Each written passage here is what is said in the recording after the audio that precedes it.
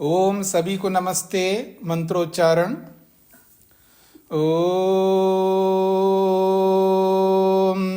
सहना भवतु सहनौ भुनक्तु सह वीर्यं करवावहै तेजस्विनावधीतमस्तु मा विद्विषावहै। ओम शांति शांति शांति। आप में से किसी ने अपना माइक बंद नहीं किया है?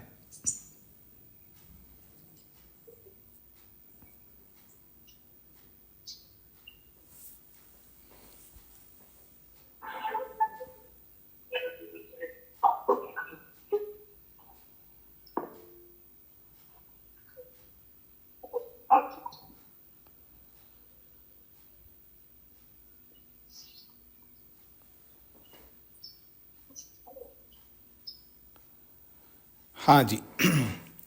योग दर्शन की 123वीं कक्षा है। साधन पाद में महत्वपूर्ण सूत्र 15वां सूत्र चल रहा है। परिणाम दुख, ताप दुख, संस्कार दुख और गुणवृत्ति विरोध दुख, ये 4 प्रकार के दुख हैं। इन चारों में से परिणाम दुख को हमने समझने का प्रयत्न किया। परिणाम दुख के संदर्भ में किसी कोई प्रश्न हो तो कर सकते हैं।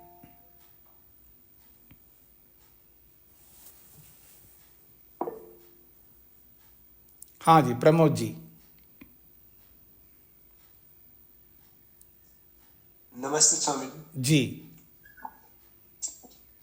स्वामी जी, ये कल जो बताया था सुखावस्थायामपि योगिन में तृष्णाति, ये थोड़ी सी ये पंक्ति स्पष्ट नहीं है स्वामी। कौन सी?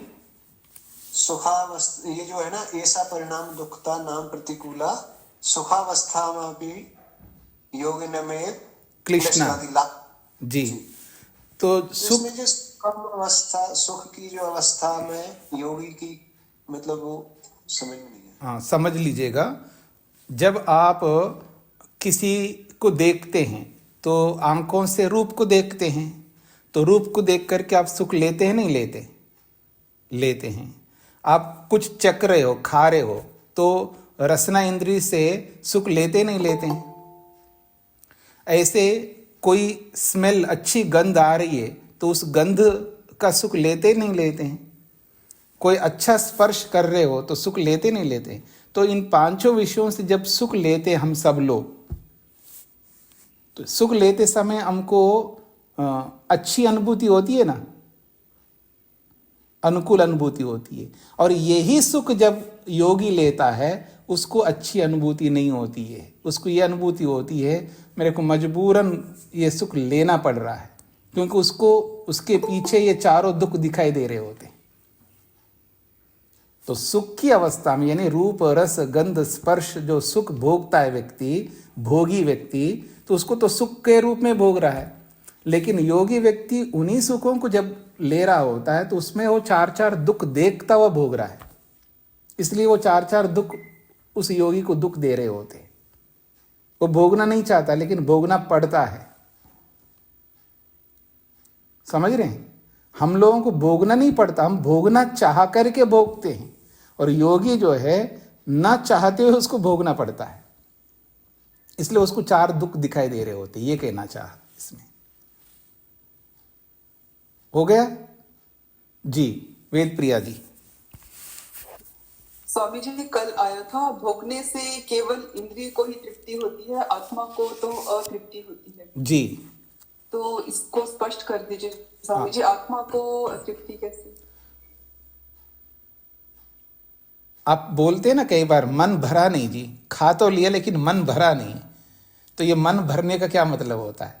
इसका मतलब ये होता है आत्मा को अभी तृप्ति नहीं मिली। तो स्वामी जी, इंद्रियां तो तृप्त है ना, इंद्रियां जड़ है, तो हाँ। इंद्रियों की तृप्ति से अभिप्राय तो आत्मा की ही समझी हाँ, जाएगी। इंद्रियों की तृप्ति का मतलब ये होता है कि जैसे कोई व्यक्ति लड्डू खा रहा है, ठीक है, एक लड्डू खाया अच्छा लग रहा होता है, दूसरा लड्डू खा रहा है और अच्छा लग रहा होता है, तीसरा खाने लगते तो उतना अच्छा नहीं लग रहा होता है, वो अच्छा लगना कम होता जाता है, और 10वें लड्डू पर जाएगा तो उसको वो सुखी अनुभव नहीं हो रहा होता, पता नहीं क्या मिट्टी खा रहा हूँ ऐसा लग रहा होता है उसको। मिट्टी में और लड्डू में कोई अंतर नहीं होता, सुख अनुभव नहीं हो रहा होता है, अर्थात इंद्री जो है जवाब दे चुकी है, अब वो टेस्ट नहीं आ रहा है, वो सुख नहीं आ रहा है उस इंद्री को। यही इंद्री को तृप्त होना है। इंद्री जो है जल्दी तृप्त हो जाती है। तो स्वामी जी, आत्मा, वो तो अनुभूति आत्मा ही कर रही है ना। देखिए, कि बात तृप्ति यहाँ है। अनुभूति की नहीं चल रही है। तृप्ति का मतलब है इंद्रिय जो है जवाब दे देती, मैं सुख नहीं ले सकती, सुख मिल ही नहीं रहा है उससे। मतलब सुख दिलाना ऐसा होता है ना, सुख दिलाना भी एक काम है ना उसका। जैसे कोई व्यक्ति किसी को पैसा दिला रहा है, भाई एक बार दिलाया, 2 बार दिलाया, कब तक दिलाऊं जी, मैं तो अब नहीं दिलाऊंगा, वो हाथ खड़ा कर देता है दिलाने वाला। तो ऐसे ही ये इंद्रियां जो है हाथ खड़ा करती है, मैं अब आपको सुख नहीं दिला सकती। यही इंद्री को तृप्त होना माना जाता है। तृप्त का मतलब वो अनुभव करके तृप्त होती हैं, ये नहीं कहना चाह रहे। इस रूप में तृप्त होना है कि अब वो सुख दिला नहीं सकती वो इंद्रिय, यही उसकी तृप्ति है।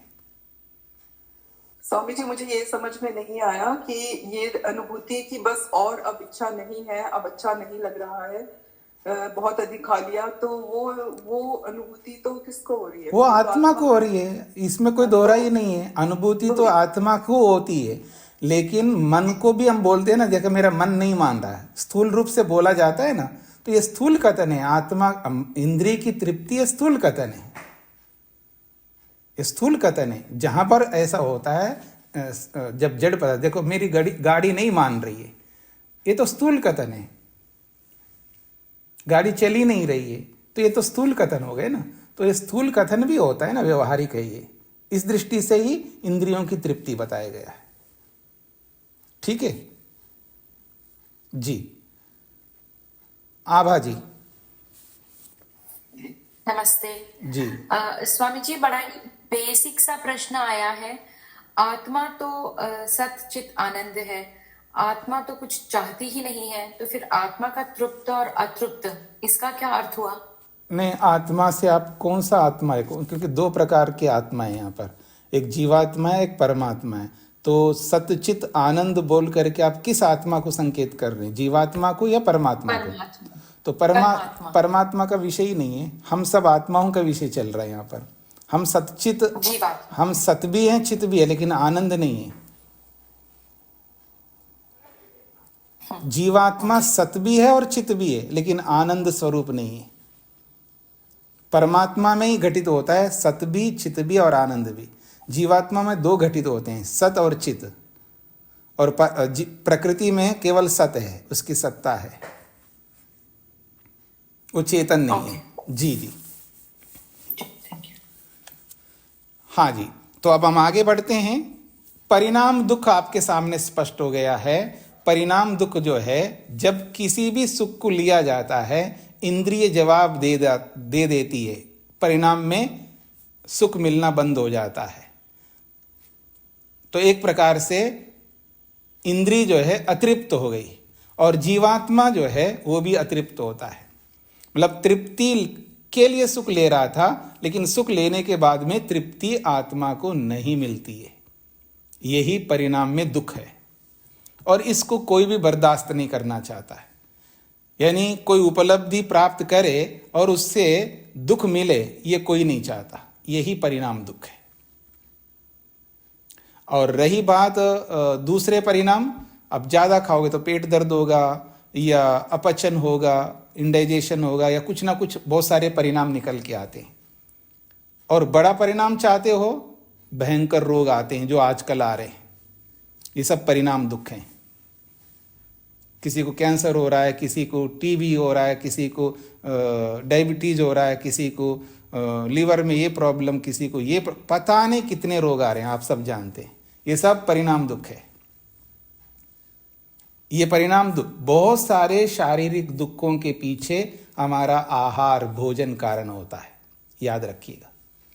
आहार इतना बदल गया हमारा, इतना बदल गया है, बस शब्दों से सभी जानते हैं लेकिन व्यवहार से जान नहीं पा रहे। शब्दों से सभी स्वीकार करते हैं कि हाँ जी बात तो सही कह रहे हो आप, हाँ ये तो बिल्कुल सच है जी। अब इस सच बात को जब जैसे खाने पर जाता है सब भुला देता है, बड़ी बड़ी बातें करता रहता है खाने से पहले, लेकिन खाने के सामने जाते ही सब भुला देता है। इसलिए महर्षि वेदव्यास ने 2 बातें लिखी है, आपने पहले पाद में पढ़ लिया है, बस मैं केवल संकेत मात्र करता हूं। दुनिया में अगर कुछ पतेह करना है, एक तो है स्त्री पुरुष से और पुरुष स्त्री से पता कर ले, पतेह कर ले, मतलब जीत ले, स्त्री पुरुष को जीत ले और पुरुष स्त्री को जीत ले। ये बहुत बड़ा कारण है वैराग्य ना होने के पीछे, जो महर्षि वेदव्यास ने कहा है।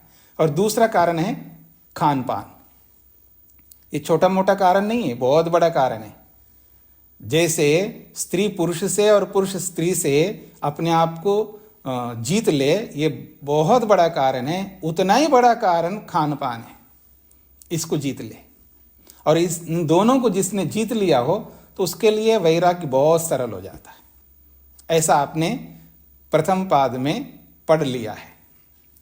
तो आइए अब ताप दुख पर आते हैं। ताप दुख को थोड़ा समझने का प्रयत्न करना। ताप दुख होता क्या है? ताप दुख होता है भविष्यत को लेकर के, ताप दुख होता है भविष्य को लेकर के, फ्यूचर को लेकर के। अभी हुआ नहीं, कोई दुख आया नहीं है, बिना दुख आए ही दुखी हो रहा होता है व्यक्ति। हाँ, आप मेरी ओर देखेंगे ना, ऐसा ना हो जी मेरा पति जो है ना किसी और को चाहने लग जाए, उसको बड़ा दुख होता है पत्नी को। और पति को भी ये दुख होता है कि ऐसा ना हो मेरी पत्नी किसी और को चूज ना कर ले, ये ताप दुख है। और ताप दुख ये होता है कि ऐसा ना हो मेरा बेटा बिगड़ ना जाए, बेटी बिगड़ ना जाए, ऐसा ना हो कुछ ये ना हो जाए, वो ना हो जाए, व्यापार में जो है लॉस ना हो जाए। आप देख सकते हैं हर क्षेत्र में, हर फील्ड में ताप दुख इतने लगे रहते हैं। दुख आए नहीं है फिर भी दुखी हो रहा है बिना मतलब व्यक्ति। इसका मतलब ये थोड़ा है कि क्या अब कोई किसी के साथ चले जाए या कोई कुछ भी हो जाए ऐसा हम मानेंगे? किसने कहा ऐसा करने के लिए? कौन ऐसा चाहता है? नहीं चाहेंगे। नहीं चाहना अलग चीज है और दुखी होना अलग चीज है। हम दुखी होते हैं, हम बताने किस किस को लेकर के दुखी होते हैं।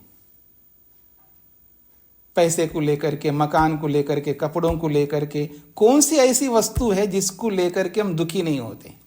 ये दिखता नहीं है, पर इस पर आप विचार करोगे तो आपको ऐसा लगे दुखों का पहाड़ मेरे ऊपर आ पड़ा है और मेरे को कुछ खबर ही नहीं हो रहा है, पता ही नहीं लग रहा है, ऐसा लगेगा आपको। ताप दुख दुनिया भर के दुख है, ताप दुख बहुत सारे हैं, इन सब से बचना होता है। ऐसा ना हो जाए, ऐसा ना हो जाए, ऐसा ना हो जाए, ऐसा ना हो जाए, ऐसा ना हो जाए। किसी भी क्षेत्र में आप देख सकते हैं, कोई ऐसा क्षेत्र बचा नहीं है जिसमें ताप दुख नहीं भोगता है व्यक्ति। इन सब को रोकना है, बहुत बड़ी चीज है ये। तो आइए इस ताप दुख को समझने का प्रयत्न करते हैं। अथ का ताप दुखता, प्रश्न किया जा रहा, ये ताप दुख होता क्या है? तो कह रहे हैं सर्वस्य द्वेषानुविद्ध चेतन अचेतन साधनाधीना। सर्वस्य, सभी को, सभी प्राणी मात्र को, द्वेषानुविद्ध, द्वेष से युक्त होकर के, वो कौन है? चेतन अचेतन साधन अधीन। चेतन वस्तु को लेकर के और जड़ वस्तु को लेकर के।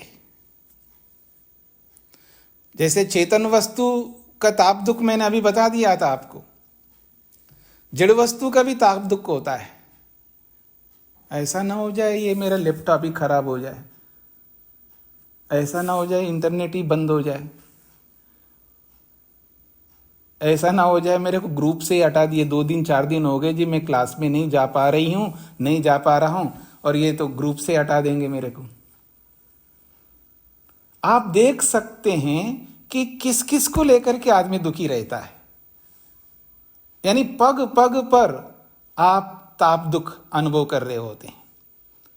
बड़ा हानिकारक है ये, अत्यंत हानिकारक है। तो कहते हैं द्वेषान विद्ध, द्वेष से युक्त होकर के ये जो ताप दुख होता है ये द्वेष के कारण से होता है। द्वेषान विद्ध का मतलब द्वेष से युक्त होकर के चेतन के प्रति और जड़ वस्तु के प्रति। चेतन अचेतन साधन अधीन, चेतन और जड़, non living thing living being, इन दोनों को टारगेट करता है ये ताप दुख। तापानुभव, ये ताप रूपी अनुभव होता है। ताप कहते हैं दुख, इसका नाम है ताप दुख है ये। तो ताप अनुभव, ये जो दुख, ताप का जो दुख है, ऐसा ना हो जाए, ऐसा ना हो जाए, ऐसा ना हो जाए, ऐसा ना हो जाए, ऐसा ना हो जाए, ये सारा दुख है, इसी का नाम है ताप। इस ताप का अनुभव होता है, और ये ताप का अनुभव जब होता है तो तत्र अस्ति द्वेषजः कर्माशयः, फिर इस द्वेष के कारण से हमारा कर्माशय बनता है। क्योंकि इस ताप दुख से हम वो कर्म कर लेते हैं, मानसिक हो चाहे वाचनिक हो या शारीरिक हो। केवल ऐसा ना हो जाए इतना तक सीमित नहीं रहते हैं, उसके बाद हम कर्म करने लगते हैं। सुख साधनानि च प्रार्थयमाना, कैसे कर्म करते हैं उसको समझा रहे हैं। सुख साधनानि च प्रार्थयमाना, सुख के साधनों को पाने की प्रार्थना करता है व्यक्ति। मेरे को ये मिल जाए, मेरे को ऐसा हो जाए, मेरे को ये हो जाए, मेरे को वो हो जाए।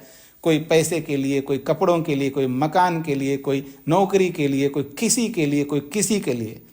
सुख साधनानि, जो भी सुख के साधन हो सकते हैं, उन सारे सुख के साधनों की चाह रखता हुआ, प्रार्थयमाना, उसकी प्रार्थना करता हुआ।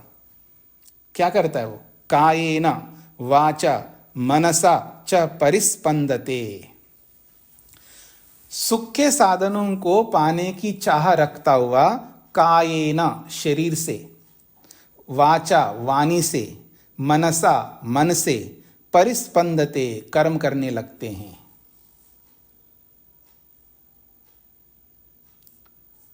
और जब कर्म करने लगते हैं तो उन कर्मों को करते हुए 2 क्रियाएं विशेष करते हैं हम लोग। परम अनुगृह्णाति, उस कर्म के अनुकूल जो जो होता है उसको हम सुख देते रहते हैं, और उस कर्म के, उस क्रिया के प्रतिकूल जो जो होते हैं उपहंति, उनको दुख देते रहते हैं।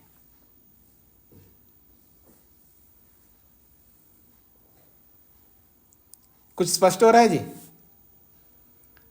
जो सुख के साधनों को पाने की चाह रखते हुए हम शरीर से, वाणी से, मन से कर्म करने लगते हैं, और उन कर्मों को करते हुए जब हम आगे बढ़ रहे होते हैं तो उस कर्म को 2 पद्धतियों से लोग सामने आते हैं। एक तो उस कर्म को करने के लिए सहयोग के रूप में, चाहे वो दूर से रह कर के अनुमोदन करें या हाथ बढ़ाएं, यानी उस कर्म के अनुकूल जो जो लोग आएंगे उनको हम सुख देने लगते हैं। और जो उस कर्म को रोकने वाले जो होंगे उनको हम दुख देने लगते हैं।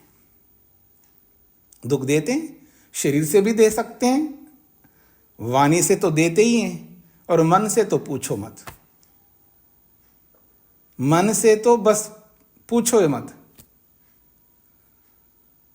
देखो, मैं जो भी काम करती हूँ ना, मेरी सास कभी मेरे को अनुमोदन नहीं करती है, और वो नहीं भी कर रही बेचारी, उसको पता ही नहीं आप क्या कर रहे हो, फिर भी उस सास से द्वेष करेंगे, या उस बहू से द्वेष करेंगे, या उस पड़ोसी से द्वेष करेंगे। पड़ोसी देख भी नहीं रहा होगा आप क्या करते हो, उसके पास फुर्सत भी नहीं है, फिर भी उस पड़ोसी से हम द्वेष करते रहेंगे।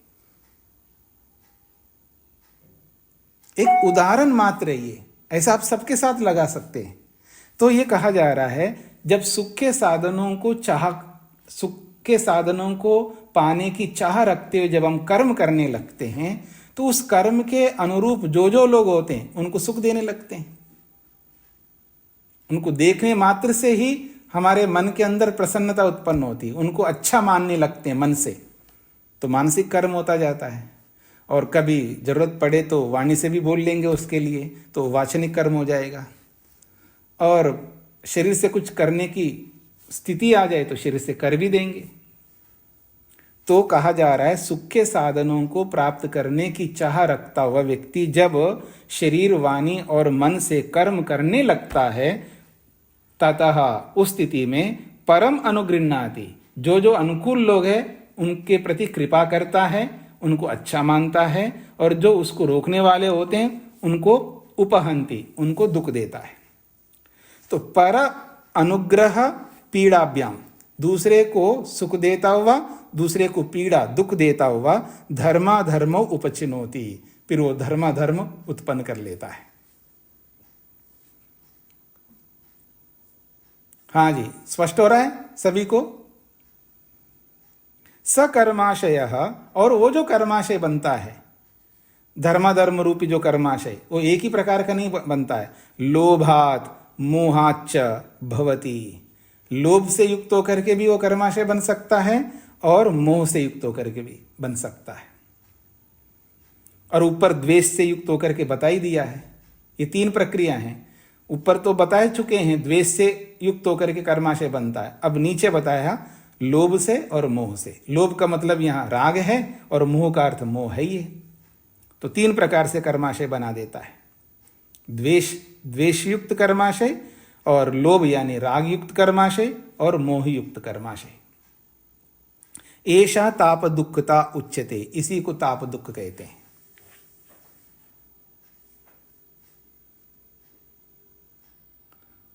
अच्छा, कुछ हमारे विरोधी होते हैं, भले वो विरोध नहीं कर रहे हैं लेकिन हमने उनको विरोधी मान रखा है। जैसे अभी बताया मैंने कि सास है, बहू है, या पड़ोसी है, ये सब बहुत सारे लोग होते हैं इस तरह के। वो भले ही वो कुछ नहीं कर रहे हैं लेकिन उनको हमने विरोधी मान के रखा है मन में पहले से। ठीक है, तो अब वहां पर या तो मोह से युक्त होकर के हम कर्म करेंगे वहां पर, या लोभ से युक्त होकर के कर्म करेंगे, या द्वेष से युक्त होकर के कर्म करेंगे। चाहे किसी भी प्रकार से कर्म करेंगे, ताप दुख तो बनेंगे ही बनेंगे वहां पर। कभी ये रोक ना ले, कभी ये देख ना ले। एक बहुत बड़ा ताप दुख होता है ये देख ना ले, पड़ोसी देख ना ले, पड़ोसी को पता ना लगे। हाँ, देवर को पता ना लगे, जेठ को पता ना लगे, जेठानी को पता ना लगे। कमाल का ताप दुख है ना? हंसो हंसो। हाँ, कमाल का ताप दुख है कि उसे पता ना लगे। खबर नहीं रख, उनको खबर होने नहीं देना, उनको बिल्कुल किसी भी प्रकार से उनको पता ना चले, देवर को, जेठ को, जेठानी को, पड़ोसी को, और तो और भाई को भी पता ना लगे, बहन को भी पता ना लगे, मौसी को पता ना लगे, मौसा को पता ना लगे, पता नहीं किस किस को पता ना लगे।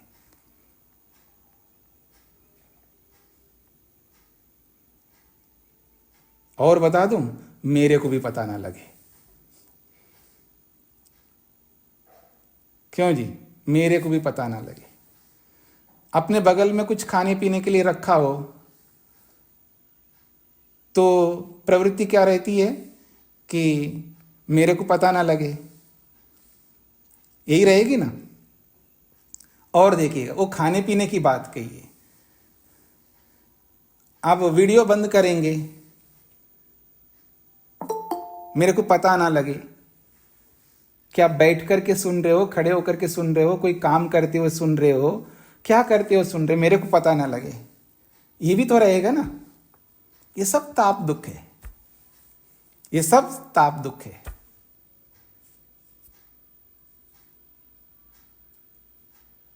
मुख्य गुण क्या है ये व्यक्ति को नहीं पता लगता है। या तो समय दो मत दो तो पूरा दो, या तो समय दो मत, अगर दें तो पूरा दे दो।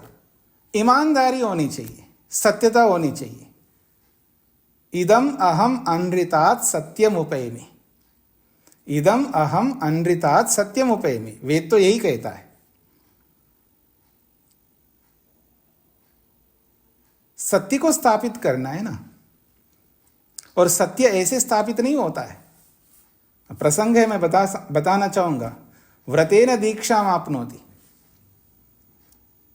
यदि कोई व्यक्ति व्रत नहीं लिया है तब ये सारी समस्याएं होती है। व्रत अपने आप में बहुत महत्वपूर्ण होता है। व्रत का मतलब एकादशी का व्रत नहीं है। यहां पर व्रत का मतलब ये वो क्या बोलते हैं आप, नवरात्रि वाले व्रत नहीं है। यहां पर व्रत का अर्थ है यहां पर सत्य व्रत, अहिंसा व्रत। अभी आगे पढ़ेंगे आप। अहिंसा, सत्य, अस्तेय, ब्रह्मचर्य और अपरिग्रह, इनको महाव्रत नाम दिया है। सामान्य व्रत भी नहीं है, महाव्रत है, बहुत बड़े व्रत है। दुनिया में इससे बढ़कर व्रत और कोई नहीं है।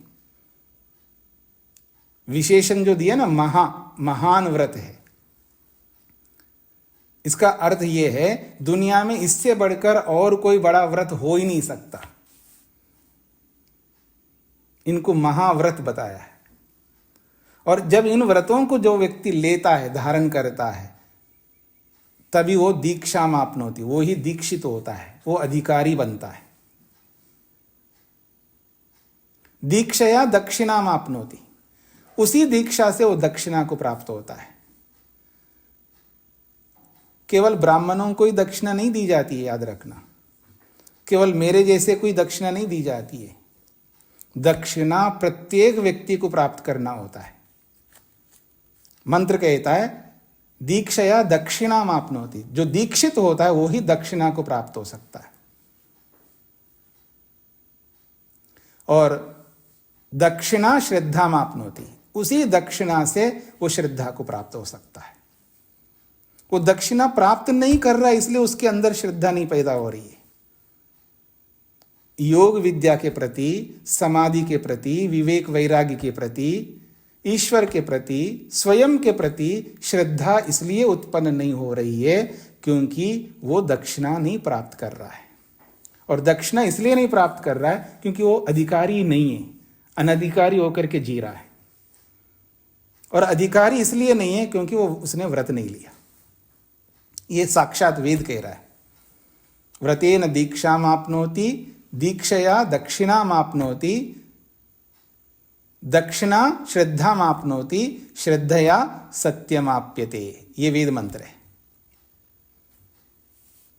तो आइए यहां पर कहा जा रहा है कि ताप दुख जो है ये पग पग पर, प्रत्येक क्षेत्र में, प्रत्येक फील्ड में आप इस ताप दुख को बखूबी से, सर्वांगीण दृष्टिकोण से, ऑल ओवर दृष्टि से आप देखेंगे, लगातार ये दुख बना रहता है जीवन में।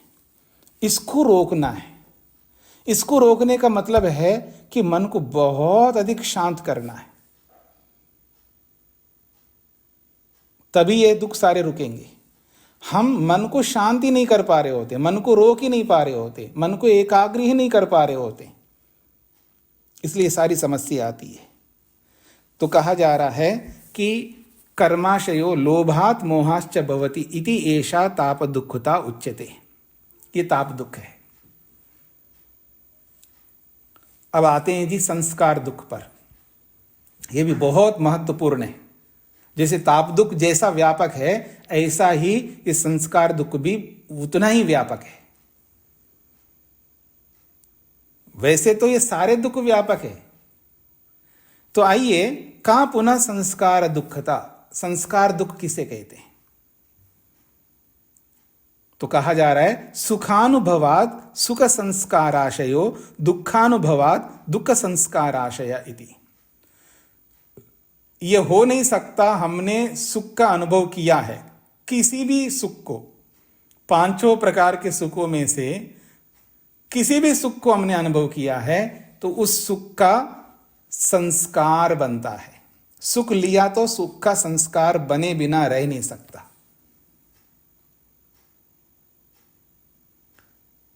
बस अगर कोई संस्कार नहीं बनाता है वो केवल योगी नहीं बनाता है, बाकी सब संस्कार बनाते। तो कह रहे हैं सुख अनुभवात सुख संस्कार आशया, सुख के अनुभव से सुख संस्कार का समुदाय पैदा होता है। एक नहीं दो नहीं, समुदाय, झुंड का झुंड बनता जाता है। और दुख अनुभवादपि दुख संस्कार आशया, और दुख के अनुभव से भी दुख संस्कारों का समुदाय उत्पन्न होता है। एक सुख नहीं है। हाँ जी, वो जो अभी दिवाली गई ना, तो स्वीट्स कितने प्रकार के होते हैं जी? मिठाइयाँ कितनी प्रकार की होती हैं? अनगिनत प्रकार की, पता नहीं, अलग अलग स्टेट में, अलग अलग प्रांत में अलग अलग प्रकार की मिठाई हैं। वो बोलने को बोल देते 56 भोग, जो भी भोग होंगे वो तो केवल किसी खाने पीने की चीज़ों को लेकर के बोलते होंगे, यहाँ मिठाइयाँ हैं। हे भगवान, इतनी प्रकार की मिठाइयाँ हैं, है ना? तो मिठाई का सुख देख लीजिएगा। रूप कितने प्रकार के रूप है जी? अनगिनत रूप है, अनगिनत शब्द है, अनगिनत रस है। तो चाहे रूप हो, रस हो, गंध हो, स्पर्श हो और शब्द हो, ये अनगिनत हैं और इनका अलग अलग सुख है। और जहां जो जैसा सुख भोगते हैं हम लोग, तुरंत उसका संस्कार पड़ता है। तो आप देख सकते हैं रूप के कितने संस्कार होंगे, रस के कितने संस्कार होंगे, ऐसे सबके कितने संस्कार होंगे। तो सुख के अनुभव करते ही सुख के संस्कार, वो भी पूरा झुंड का झुंड, और दुख का अनुभव करते ही, और दुख भी एक प्रकार का नहीं है ना, अलग अलग प्रकार का दुख है। हाँ जी, डॉक्टरों से पूछते हैं, जब शरीर में पेन होता है, दर्द होता है, हेडेक अलग प्रकार का दर्द है, सिर दर्द अलग होता है। आप लोगों को भी, कुछ लोगों को अनुभव हो गई। पेट दर्द अलग प्रकार का होता है। जब आंखें दुखने लगते हैं उसका दर्द अलग प्रकार का होता है। बुखार आता है तो उसका दर्द अलग प्रकार का होता है। लंबर स्पॉन्डिलाइटिस हो जाए उसको, उसका अलग ही प्रकार का दुख है। सर्वाइकल का हो गया तो उसका अलग दुख है। डिस्क प्रॉब्लम हो जाए तो उसका अलग प्रकार का दुख है। घुटनों में कोई प्रॉब्लम हो गए तो उसका अलग प्रकार का दुख है। हार्ट का कोई प्रॉब्लम है तो उसका अलग, कितने प्रकार के दुख हैं। तो ऐसे ही उन दुखों का संस्कार बनते हैं। तो सुख के संस्कार अलग अलग, दुख के संस्कार अलग है। अब संस्कार बन गए ना, फिर वो संस्कार हमको दुख देते रहते हैं। अगर सुख का संस्कार हमने बनाया, अब वो संस्कार हमको धक्का देने लगते हैं, फिर भोगो वही सुख, धक्का देते रहता है। बस परिस्थिति सामने आनी चाहिए। इसको हम लोग कहते हैं योग की भाषा में आलंबन।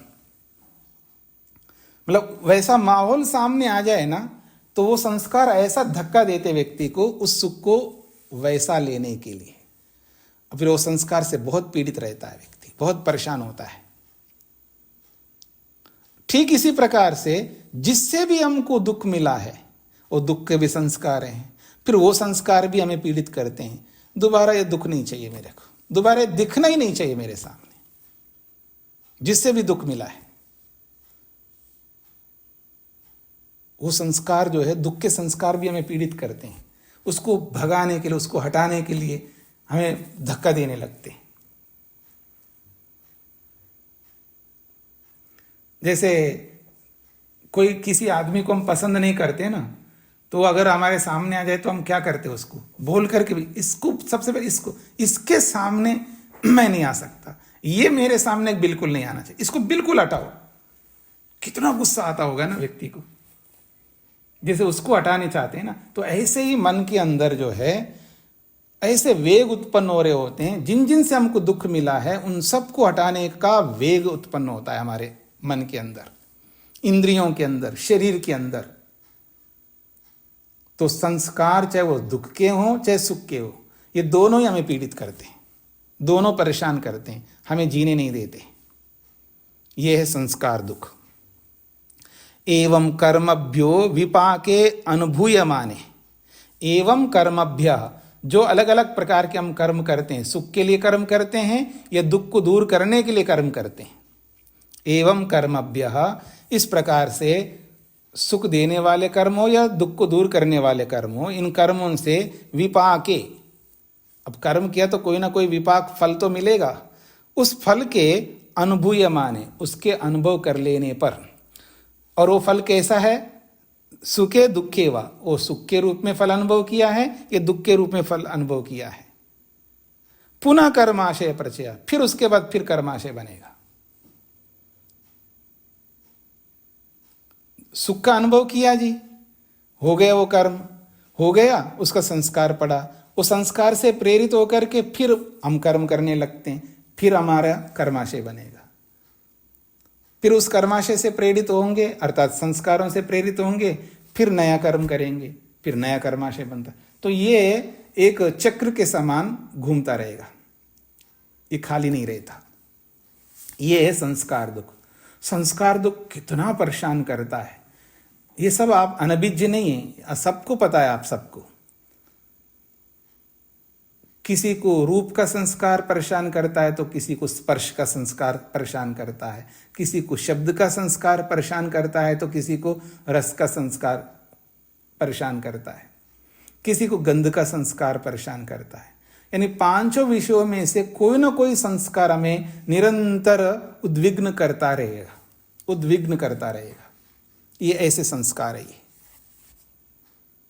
तो दो दुखों को हमने समझा यहाँ पर, ताप दुख और संस्कार दुख, और इससे पहले कल हमने परिणाम दुख को समझा है। ये तीन प्रकार के दुख है।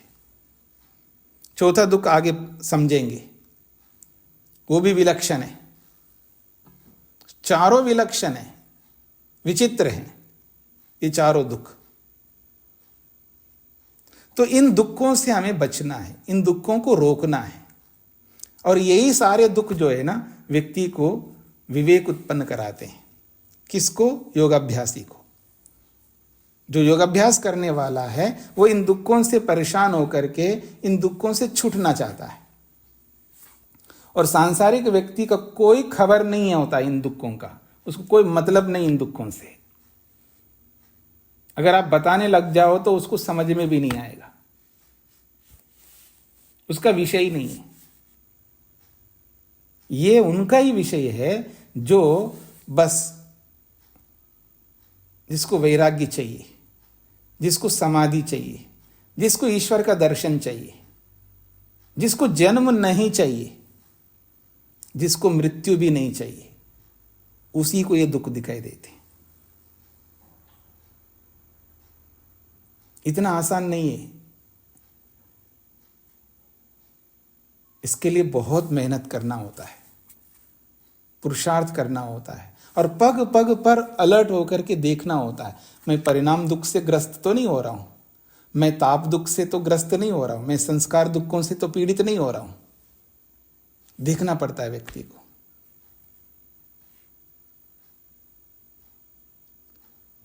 आप में से जितने भी लोग जॉब करते होंगे, कोई ऐसा नहीं होंगे आप में से जो जॉब नहीं करते होंगे।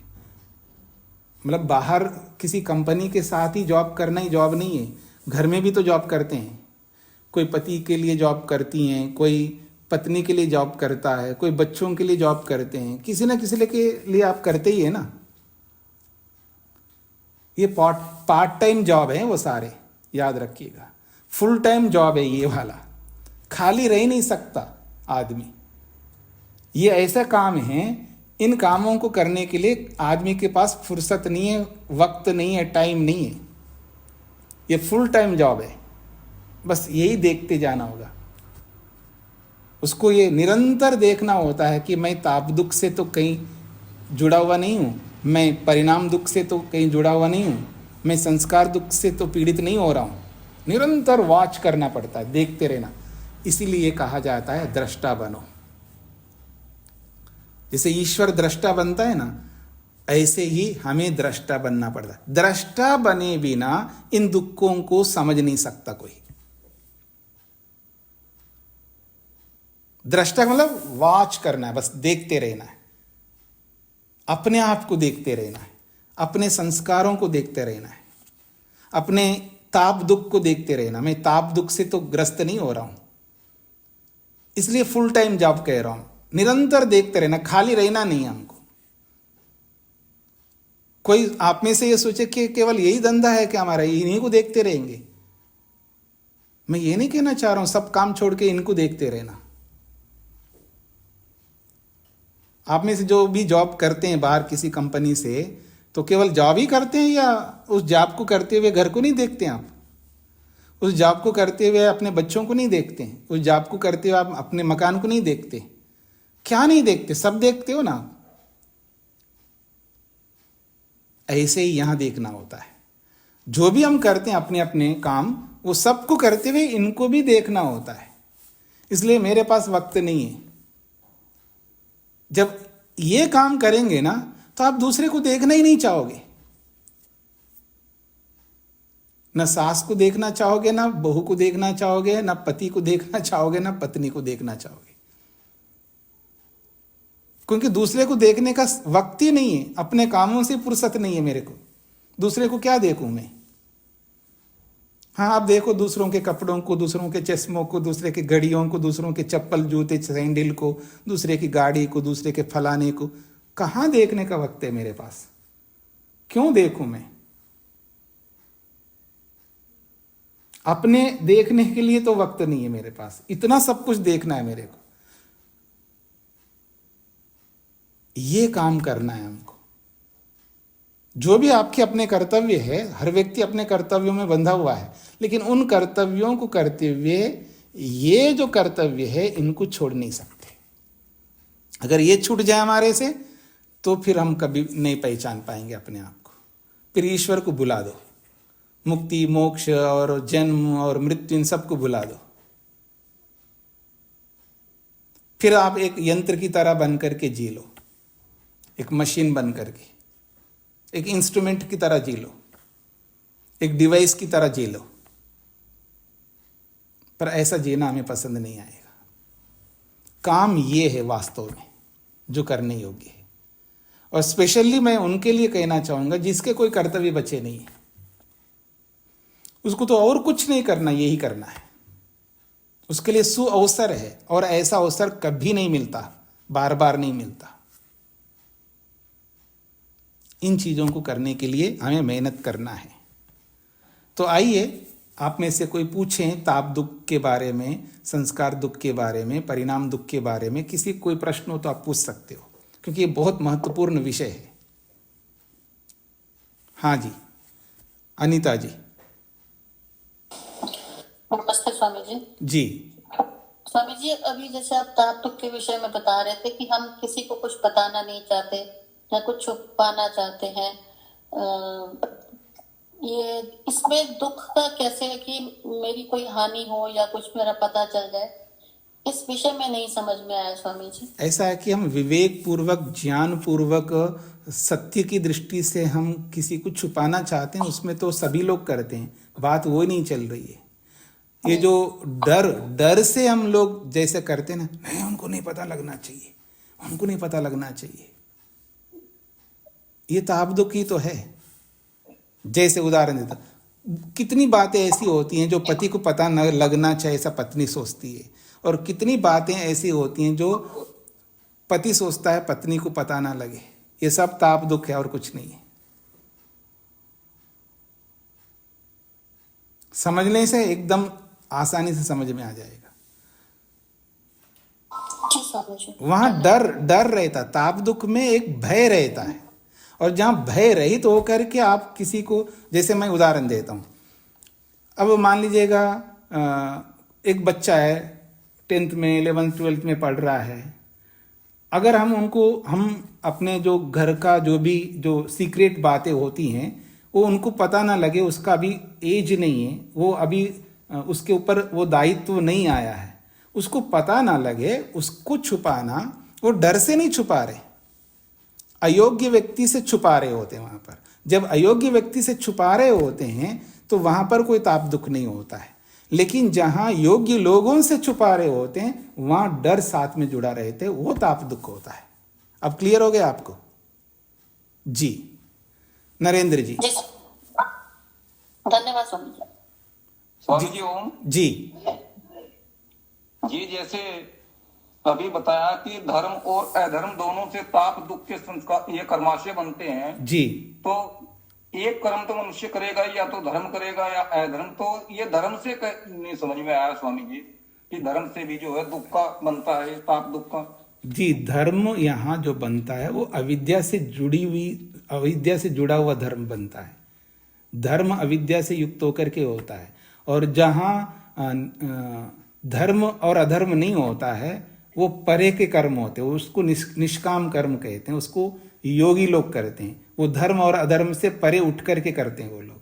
हम सब लोग अविद्या से युक्त होकर के कर्म करते हैं, और उस अविद्या से युक्त होकर के किए जाने वाले कर्मों में धर्म भी होता है, अधर्म भी होता है। इसको आप प्रश्न नहीं कर सकते, क्योंकि ये सारी बातें आप पढ़ चुके हैं। जब पहले पाद में अविद्या के प्रसंग में अविद्या, अस्मिता, राग, द्वेष, अभिनिवेश, इन पांचों क्लेशों से युक्त होकर के हम कैसे धर्म करते हैं, कैसे अधर्म करते हैं, ये सब चर्चा हो चुकी है। गुस्से से कैसे व्यक्ति धर्म करता है और गुस्से से कैसे अधर्म करता है, ये बात हो चुके हैं सब।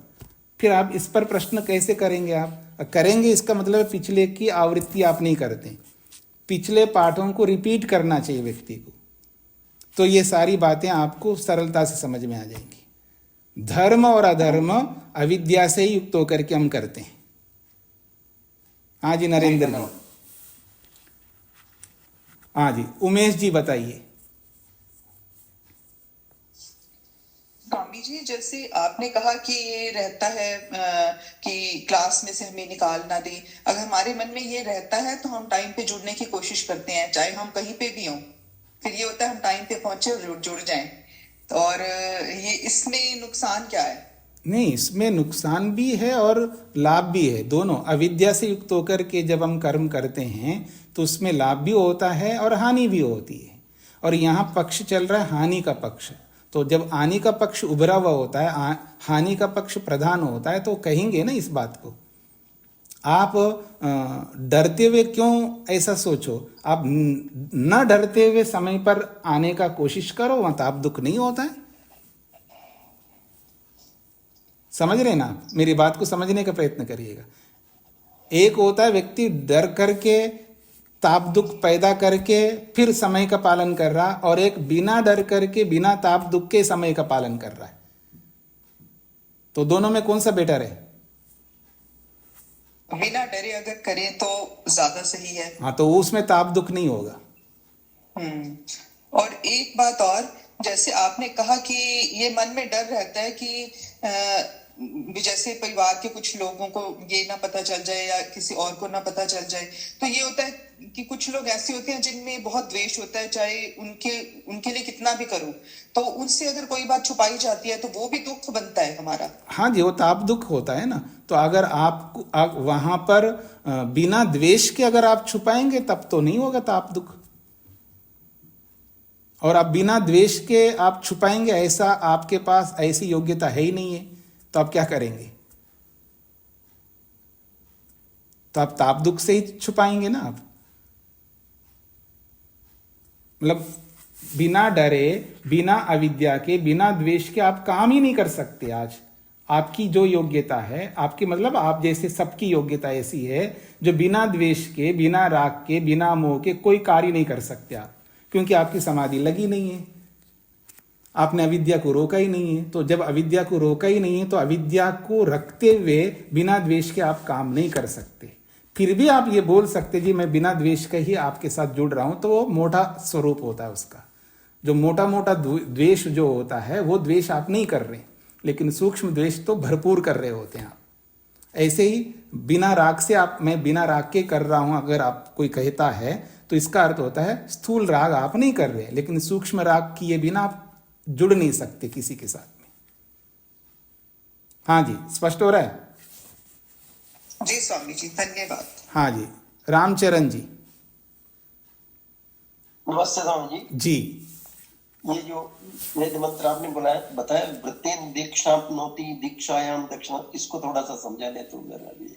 अभी ये विषय नहीं है ना, वेद मंत्र को समझाने का विषय नहीं है ना, तो अभी आपने बताया उसी को रिपीट कर दीजिए स्वामी हाँ, जी, बहुत अच्छी चीज थी। व्रतेन दीक्षाम आपनोति, जी व्रतेन दीक्षाम आपनोति, दीक्षया दक्षिणाम आपनोति, ठीक है सर। दीक्षया दक्षिणाम आपनोति, जी दक्षिणा श्रद्धाम आपनोति, श्रद्धा। हाँ, दक्षिणा श्रद्धाम आपनोति, जी श्रद्धया सत्यम आप्यते, श्रद्धया जी। सत्यम आप्यते, ये मंत्र है। ठीक है स्वामी, जी धन्यवाद। हाँ जी, और किसी को कोई प्रश्न? ताप, परिणाम और संस्कार, इन तीनों के बारे में, यानी परिणाम दुख के बारे में, ताप दुख के बारे में और संस्कार दुख के बारे में। अनिल जी बताइए। नमस्ते स्वामी जी, ये मुझे ये कहना था, ताप दुख के अंतर्गत मान लो हम किसी घटना को लेकर अगर सकारात्मक हम सोच रहे हैं कि ये घटना हो सकती है और उसके प्रति हम सावधानी बरतते हैं, तो इसमें तो दुख नहीं होना चाहिए। नहीं, ताप दुख उसमें भी होता है, क्योंकि हम वहां पर ताप दुख की मात्रा कम होती है। वहां पर ताप दुख से कोई बच नहीं सकता, पहला सिद्धांत समझ लीजिएगा। अविद्या से युक्त व्यक्ति कोई भी ताप दुख से, संस्कार दुख से और परिणाम दुख से बच नहीं सकता। ये तीनों दुखों से वही बचता है जो अविद्या को रोक करके समाधि लगाया है, वो इन तीन दुखों से बच सकता है। उसके अतिरिक्त कोई भी इन तीन दुखों से बच नहीं सकता। बस अंतर इतना है, हमारी योग्यता के अनुसार, हमारे ज्ञान विज्ञान के अनुसार, हमारे पुरुषार्थ, हमारे अभ्यास के अनुसार वो दुख तीनों कम ज्यादा हो सकते हैं प्रतिशत में, लेकिन बच नहीं सकता कोई भी। हाँ जी अनिल जी, स्पष्ट हो रहा है आपको? आवाज नहीं आ रही है? अच्छा कोई बात नहीं। हाँ जी कुसुम जी। नमस्ते स्वामी जी। जी स्वामी जी, जैसे हमने पति से को बिना बताए कहीं दान दिया है, जी जी, तो उसमें विक्लेश युक्त कर्म से होगा? अभी मैं अनिल जी को समझा रहा था, हम जो भी कर्म करते हैं बिना क्लेश के कर्म कोई नहीं करते, ये समझ लीजिए। बिना क्लेश का मतलब बिना राग के, बिना द्वेष के, बिना मोह के कोई भी कर्म नहीं करते।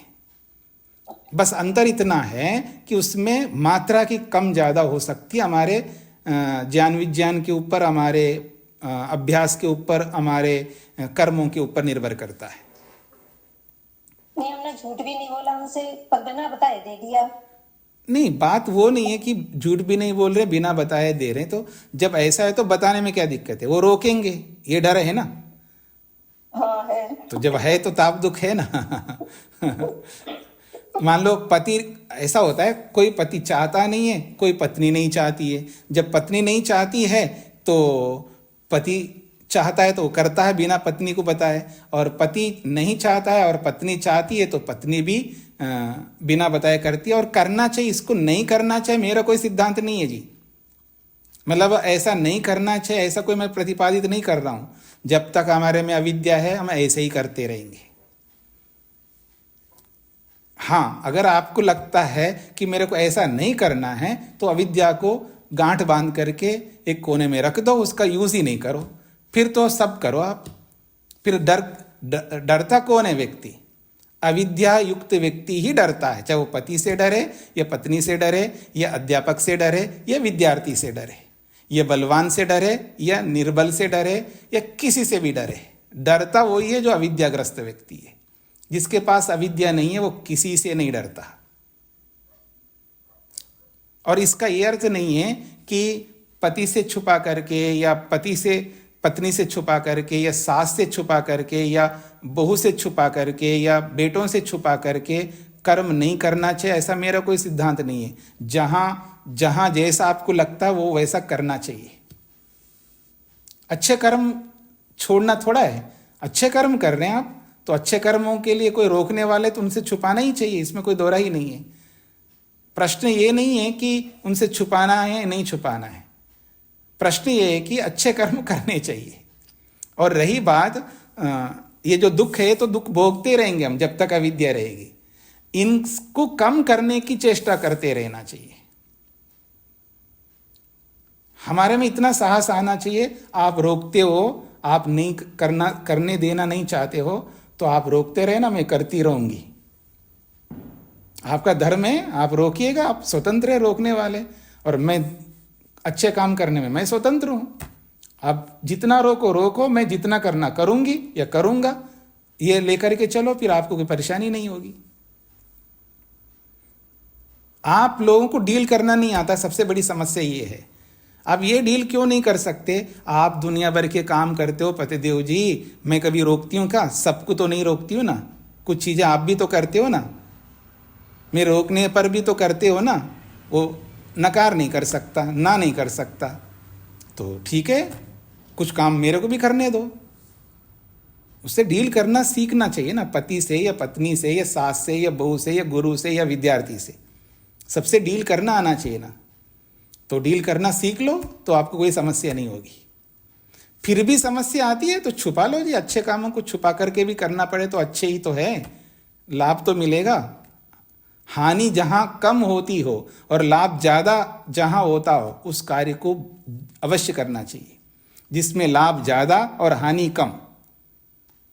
तो अगर कोई छुपा करके किसी को देना पड़ रहा है तो उसमें लाभ ज्यादा है, हानि कम हो रही है, तो कम हानि उठाते हुए ज्यादा लाभ लेना हमारी बुद्धिमत्ता है।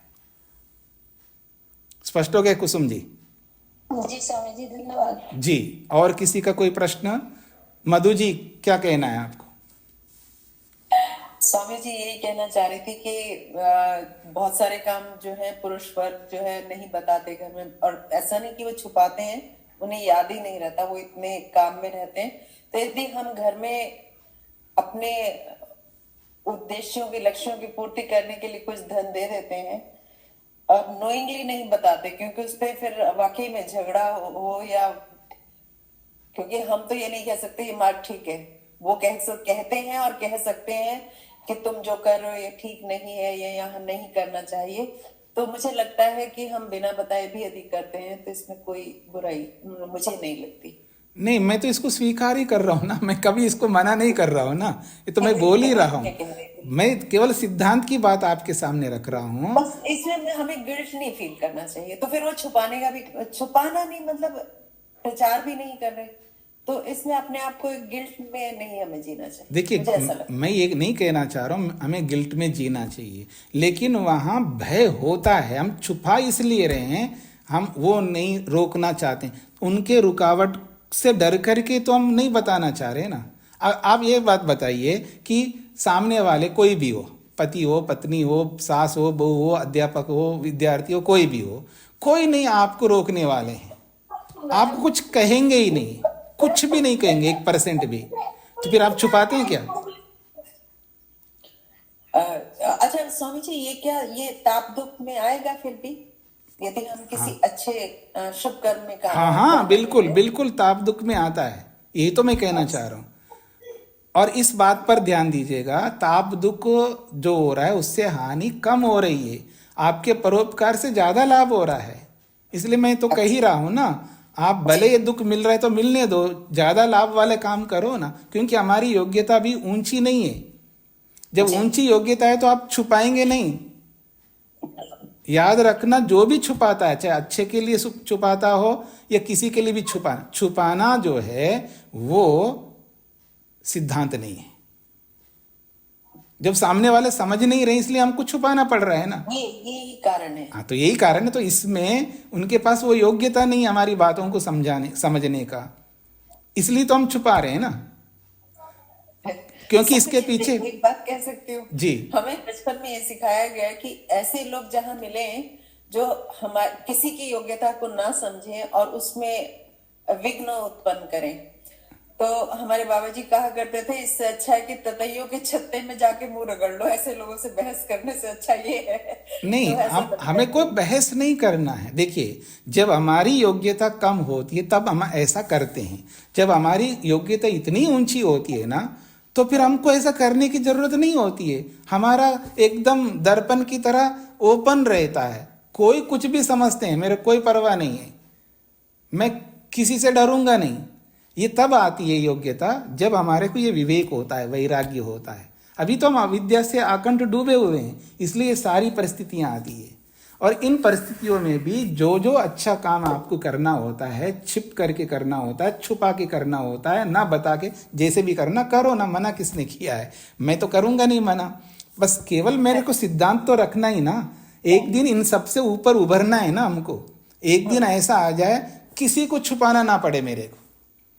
एक दिन उस स्थिति में, उस स्टेज पर हमको पहुंचना ही ना, तभी तो हम ईश्वर के निकट पहुंचेंगे। बात वो चल रही है जी। तो जी धन्यवाद स्वामी जी। तो आपका समय हो गया, इसको मैं यहीं पर विराम देता हूं। प्रश्न उपस्थित कर लीजिएगा, सोचिएगा, क्योंकि प्रश्नों को लाओगे तभी ये विषय आपको स्पष्ट हो जाएंगे।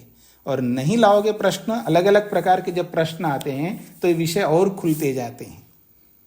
इसलिए आप लोगों को प्रश्न करना आना चाहिए। तो आइए इसको यहीं पर विराम देते हैं।